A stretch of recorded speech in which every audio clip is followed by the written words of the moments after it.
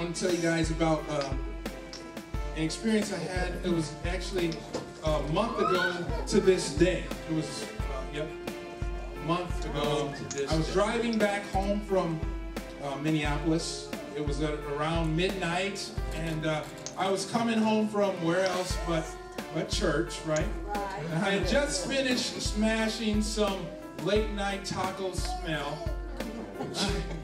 You know, the usual fare. I had a burrito, some Fiesta potatoes with sour cream and a little cheese sauce. Maybe I had 2 burritos, I can't remember. But I had just finished knocking that out, and I was chit-chatting with my wife, who was sitting right next to me in the front passenger seat. Little Sid, where's Little Sid at? Little Sid was sitting in the back, right, thankfully sound asleep, along with another member of our church. And we were coming home, like I was saying. And I think I do remember about that night, though, that it was really dark out. Now Little Sid is talking to me for some reason. It was really dark out. And you know how it gets late at night when there's not a lot of cars in front of you and all you can see ahead of you is like a sea of endless darkness? Well, that's kind of where we were at in that kind of predicament. But then, the funny thing about it was that I noticed not very far in the distance some lights. I noticed a few lights, right? And I was thinking that apparently we finally caught up with somebody else on the road, right? Who was, it looked like they were braking abruptly, right? And for whatever reason, I didn't know, but so quite naturally, what I did, I figured I probably should slow down, right? But the weird thing about all this was that the distance between me and this other car was still getting less and less, right? And it was about that time that my wife screamed. And it was also at about that time that I had an epiphany. A light bulb went off in my head, and I realized that those were not braking taillights in front of me, but those were actually somebody's headlights. You see, there was another vehicle coming head-on toward us, barreling down on us at full-blown highway speed. And I mean, they're just like a couple hundred yards away. So by the grace of God, I managed to switch into Grand Theft Auto mode, y'all, and I swerved out of the way of the oncoming vehicle into the right lane because I was in the left lane, and then to avoid us from going or from spinning out of control and ending up in the ditch, I swerved, I overcorrected myself and swerved back over into the left lane. And all the while this is happening, that vehicle that was coming straight toward us, it kept going without a change of speed or direction. It kept on going like it did not even see us. It just, like a ghost, it appeared, and like a ghost, it disappeared. It took us a while to gather ourselves here. We were a little bit shook, I'm not gonna lie. And it took a while for it to sink in that we had just come seconds away, I mean literally seconds away from dying. All because I did not, or all because I almost did not see those lights in time. Tonight, young people, I want to submit to you that there are some of you that the direction that your life is currently headed, whether you know it or not, is leading you toward a possible head-on collision with death itself. If you do not wake up in time to see the light. Yes. Like I said, it was pretty dark out that night, and darkness was doing what darkness does best, Ian. Darkness was doing what darkness does best. It was obscuring my view until nearly the very last second. It was covering the fact that there was another vehicle heading straight toward us.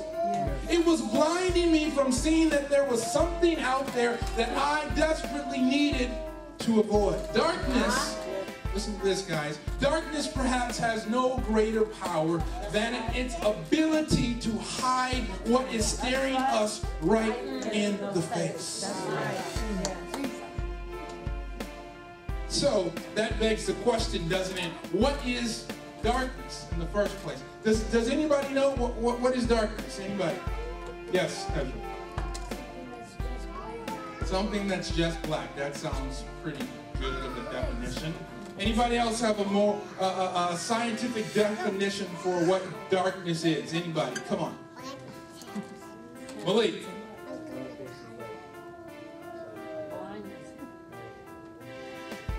Okay, darkness is a metaphor for evil. Miss Al. The absence of light. Thank you for the Webster definition of darkness. If you look it up in the dictionary or on Wikipedia, you will discover that darkness is in fact the absence of light. Darkness is the absence of light. And it cannot, it can only rather exist when light is not present. It is really then nothing in and of itself, right? It is actually what light is not. Or I should really say where light is not. But that still doesn't change the reality. That doesn't change the truth that darkness still has an effect on each and every one of us, doesn't it? And if we're real about it, if we really are real, darkness impacts each and every one of us even more than we'd like to admit. Darkness does. You see, darkness, one of the things that darkness does is darkness blinds us. Just like it did to me that night when I was driving home. Darkness blinds.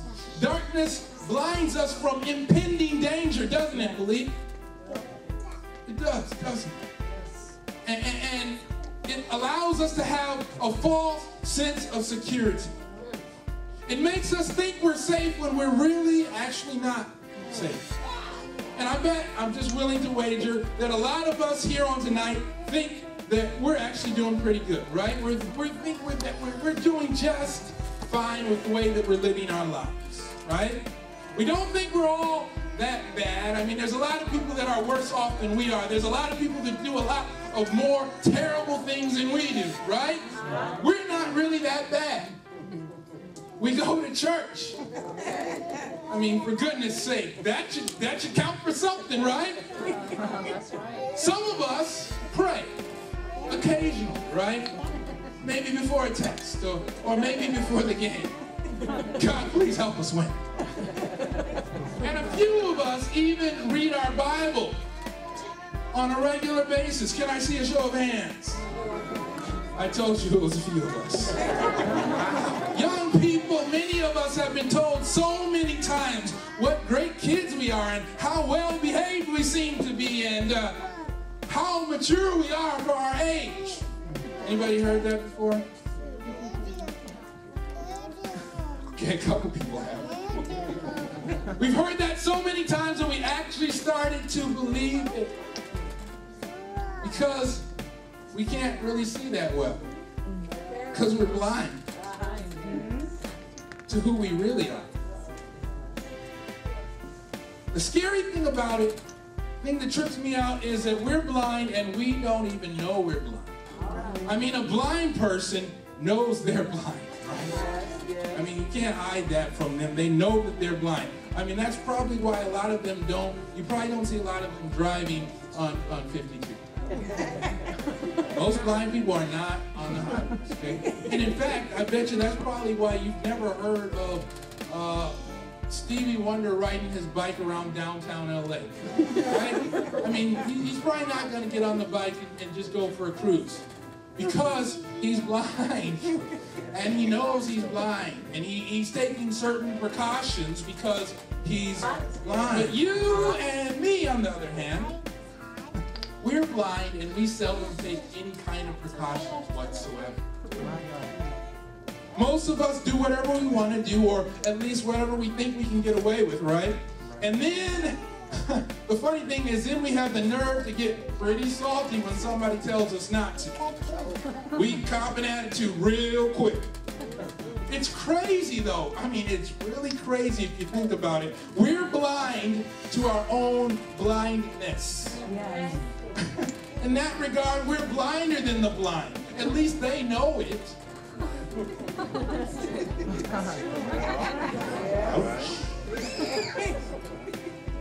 You don't have to take my word for it, though. You don't have to take my. If you don't want to believe what I'm saying, that's okay. Jesus said this, talking to his own disciples in the Gospel of Mark. Jesus put it this way. He said, "You have eyes, but you cannot see." You have eyes, but you still can't see. What's wrong with you? He knew that there was something that was preventing them from seeing things like he saw them. There was something that was preventing them from understanding the world the way that he did. I mean, he would tell them things, and he would tell them in parables just to try to help them understand, but they still didn't get it.